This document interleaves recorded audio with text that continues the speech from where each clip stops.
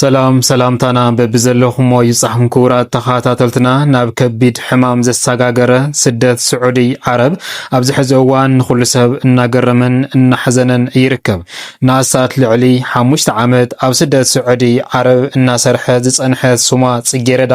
ኣብዚ ሕዚ እዋን ኣብ ማሕበራዊ ሚድያ ወፅያ ደም እናነብዐት እቲ ዘጋጠማ ኩሉ ናብ ህዝቢ ብምቅላዕ ህዝቢ ፍረደኒ ካብ ሕጊ ፍትሒ ሲኢነ እናበለት ትርከብ ማለት እዩ። ጽጌረዳ ንልዕሊ 5 ዓመት ኣብ ስደት ስዑዲ ዓረብ ሰሪሓ ዘጥረየት ተገዛ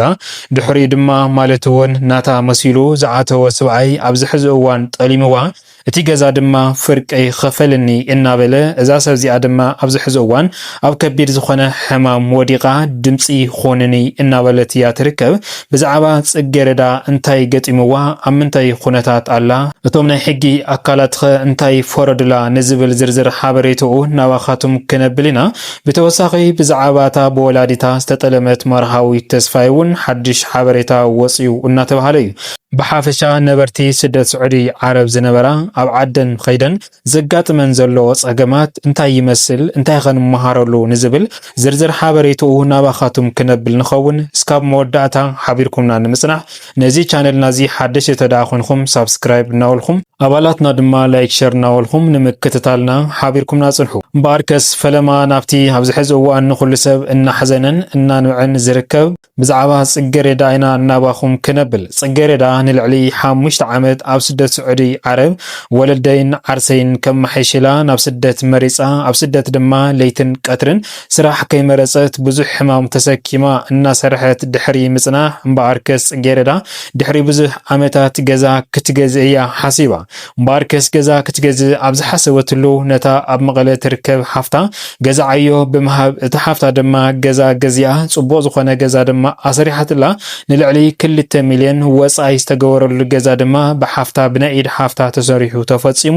ጽጌረዳ ድማ ድሕሪ እዋናት ማለት እውን ቤተሰበይ ኣማሐሸ ዓርሰይ ኣማሐሸ ኢላ ኣብ ዝሓሰበትሉ እዋን ናብ ትግራይ ኸይዳ ንሮኣ ክትምስርት ሓዳራ ክትጅምርያ ሓሲባ ማለት እዩ። እምበኣርከስ ጽጌረዳ ናብ መቐለ ድሕሪ ምኻድ እቲ ሓፍታ ዘስርሖቶ ገዛ ብምቕበል ኣብቲ ሓፍታ ዘስርሖቶ ገዛ እያ ክትዕርፍ ኽኢላ። እምበኣርከስ እቲ ገዛ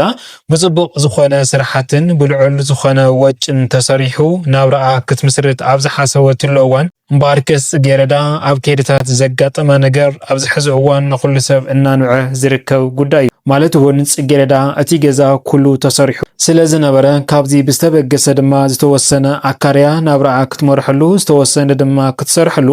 ኮታስ ጽቡቕ ሓዳር ክትሕርፈሉ ኣብ ዝሓሰበትሉ እዋን እምበኣርከስ ሓደብዚ ሰብ መሲሉ ሰይጣን ናብ ገዛኣ ኣተወ። እምበኣርከስ ካብ ዕለታት ሓደ መዓልቲ ገዛ ክራይ ክተካሪ ኣብ ዝሓሰበትሉ ተካራይ መሲሉ ናብ ገዛኣ ሓደ ወዲ ኣትዩ። ኣብዚ እዋን እዚ ድማ እቲ ሰብ እዚ ድሕሪ ግዜ ማለት እውን ኣብቲ ገዛ ንብዙሕ ዝበሉ ዓመታት ድሕሪ ምጽናሕ እዛ ሰብ እዚኣ ማለት እውን ጽጌረዳ ምስቲ ሰብኣይ ወይ ድማ ተካራይ መሲሉ ዝኣተወ ፍቕሪ ጀሚሮም ፍቕሮም ድማ ናብ ውልዲ ኣምሪሑ ኩሉ ሰብ ድማ ኣብቲ ግዜ ንሱ ሓዳራ ብምሓዛ ተሓጒሱ። እምበኣርከስ ጽጌረዳ ኣብዚ እዋን እዚ ዘይሓሰበቶ ዘየስተንተነቶ ነገር እዩ ገጢምዋ። እቲ ተካራዩ መሲሉ ናብ ገዛኣ ዝኣተየ በዓል ሓዳራ ወይ ድማ ኣፍቃሪኣ ዝኾነ እዚ ሰብ እዚ ግን ልቡ ኣብ ኻሊእ ተንኮሉ ድማ ኻሊእ ስለ ዝነበረ ኣብቲ ግዜ ንሱ ተቸካኪሉ ንኽወልድ እዩ ሓቲትዋ። እምበኣርከስ እቲ ተካራዩ መሲሉ ዝኣተወ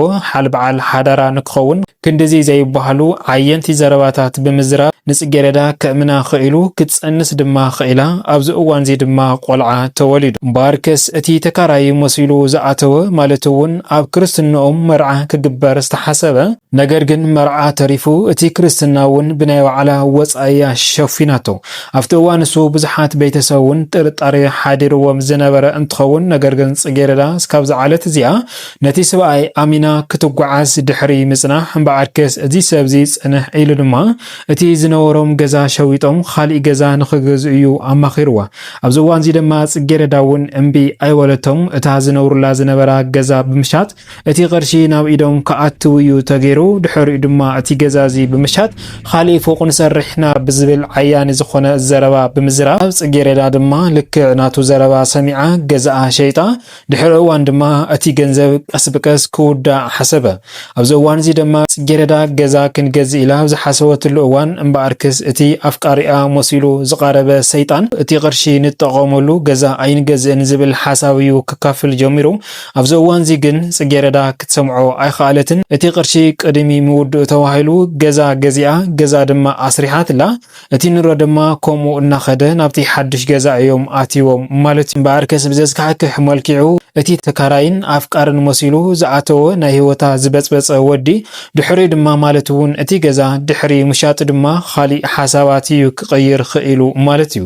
እቲ ቅድሚ ምውላዳ ዝዛረባ ዝነበረ ጽቡቕ ቃላታትን खाली ነገራትን ድሕሪ መጥፎው ድሕሪ ድማ ሰብ ዝነበረ ናብ ሰይጣን ተቀይሩ ናይዛ ሰብዚያ ህይወታ ከባላሽያን ዝነበረ ንብረታውን ወሪሩ ንኽኸይድ እዩ ተንኮላትን खाली ነገራትን እናፈጠረ ጸኒሑ ማለት ባርከስ ድሕርዚ ጽጌረዳውን ኣብዚ እዋን እዚ ክተስተውዕል ኣይከኣለትን ነገር ግን ገዛ ሸይጣ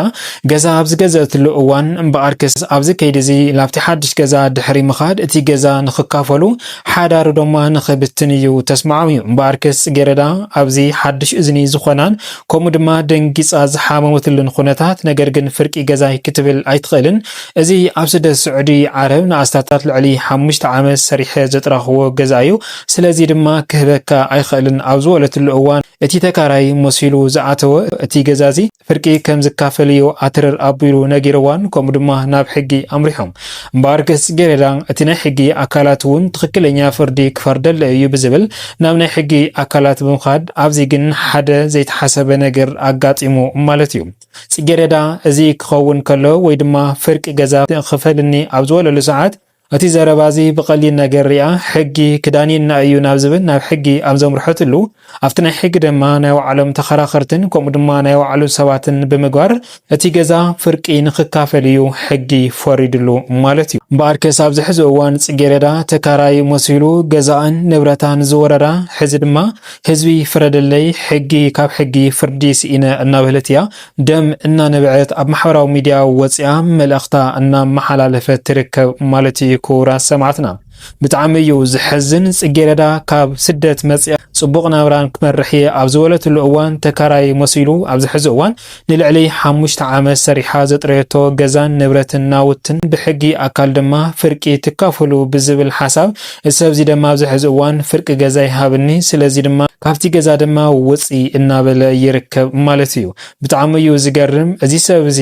ካብ ጽጌረዳ ክልተ ቆልዑ ዝወለደ እንትኸውን ነገር ግን እዚ ሰብዚ ሓዳር ክገብርን ክወልድን ዘይኾነ እቲ ዘላቶ ሃፍትን ገዛን ወሪሩ ክኸይድ እዩ ኣትዩ ማለት እዩ በዚ መሰረት እዩ ድማ ቶም ናይ ሕጊ ኣካላት እውን በቶም ዝቆፀሮም ጠበቃታትን ካልእ ኣካላትን እቲ ገዛዚ ፍርቂ ንኽፈሉ ተሓስዩ ዘሎ ማለት እዩ ነገር ግን ብዝሕዝን መልክዑ እዚ ሰምዐ ጽጌረዳ ድማ ዝሕዝ እዋን ኣብ ከቢድ ዝኾነ ሕማምን ጭንቀትን ወዲቓ ኣብ ሕክምና እናተሐከመት ትርከብ እቲ ገዛ ድማ ብጨረታ ንኽሽወጥ ሕዚ እውን እንተኾነ ገዛቲ እናተመላለሱ ይርከቡ ካፍቲ ሰሪሓ ዘጥረየት ገዛ ድማ